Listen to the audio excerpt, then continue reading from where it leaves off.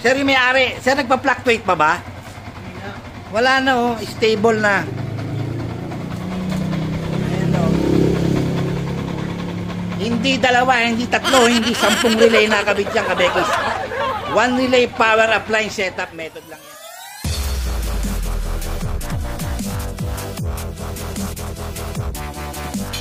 Dira sa akin yung motor na to, mga kabekis, dahil po ang issue is sobrang kurap ng mga ilaw niya. At may pagkakataon na pag umaandar na yung rod fan niya, humihina. Nangyayari po yan, marami na ako na-encounter na ganyang issue. Nag-aagawan po dahil sa mga pabigat na nilalagay nyo. Isipin nyo na lang, walang relay. Sino ang sasalo lahat ng mga additional load nyo? Gaya nito, may wall E, headlight LED, may MDL. Hindi po porket FI na yung motor is hindi na kailangan ng relay. Isipin nyo, mas kailangan po niya na mag-stable yung current flow niyan. Kasi po, FI na yan. Sa dami ng kailangan supplyan niyan, nilagyan nyo pa ng additional na mga pabigat. Tapos, sinabi dito sa may-ari ng sniper na hindi naman daw kailangan ng relay at normal daw na kumurap. So, ito po yung final video, mga kabekis, sa pagkaka-wiring. Kumpara natin sa kanina. Ayan na siya. Power up relay, 1 relay setup yan, mga kabekis, no? Hindi gaya nung kanina niya, malupit. No relay setup. Kung ano-ano nakalagay, walang relay. Tapos sasunog yung positive line niya, main sa battery. Balikan na natin yan, tatlo na fuse. So, dual horn ng braid natin dito, Corsa, saka stock. Ito, tatanggalin na natin itong dating ilaw niya. Biro mo dati na naka-MDL, tapos naka-wall E pa. Walang relay, no? Direct. Sunog ang mga wirings. Yan. Tinanggal natin yung mga hindi kailangan na wirings. Matindi yung mga wirings na ginamit. Mga nag-aasin. Kita naman ng may-ari nanonood. Taga Valenzuela, sir. Shoutout. Salamat. Ito na yung nag-iisang relay lang, oh. Pero i-rewire ko yung owl's eye. Ano naman yung nagtanim ng kamote, yung owl's eye.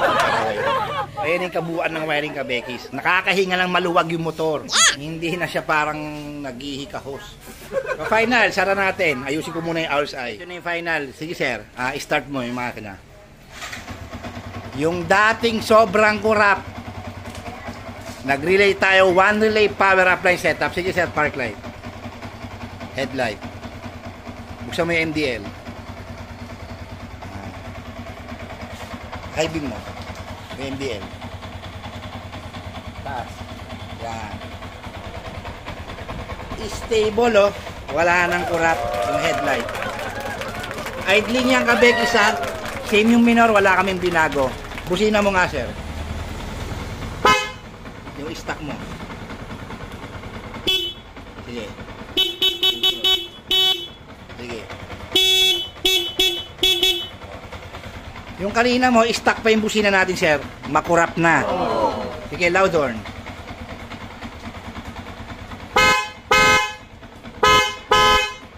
Sige.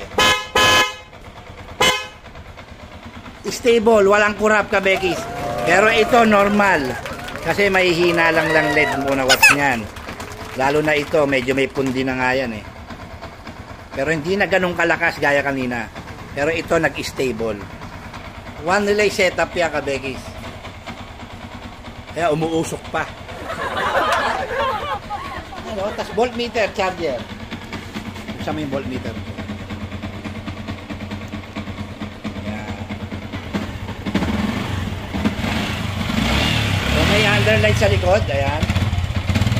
Hazard mo nga, sir.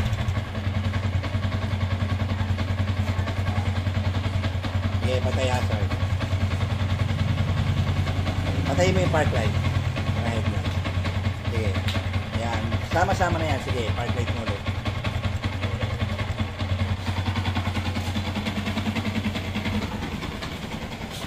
May high beam to, di ba, yung headlight? May high beam yung headlight, di ba? May high beam mo. Puti. Ayan, o. Sir, yung may-ari, sir, nagpa-fluctuate pa ba? Wala na, oh. Stable na. Hindi dalawa, hindi tatlo, hindi 10 relay na kabit yan, kabekis. 1 relay power appliance setup method lang yan. At saka isang relay para sa busina. Electronic type.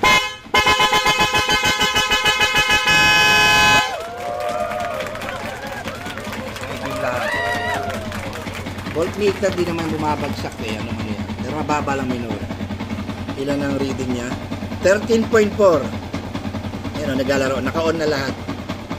Fast charging, pang cellphone, kung anong gusto nyo, dashcam, o video okay. Yan ay kabuhan ka, Bekis. Meron pong tayo sa YouTube channel natin yan. Hanapin nyo. Sniper 150 Power Appliance Method. Nandun yung tutorial niya paano ginagawa yan. Yung expert level, simplified method. Okay, sir, ride safe po. Salamat po.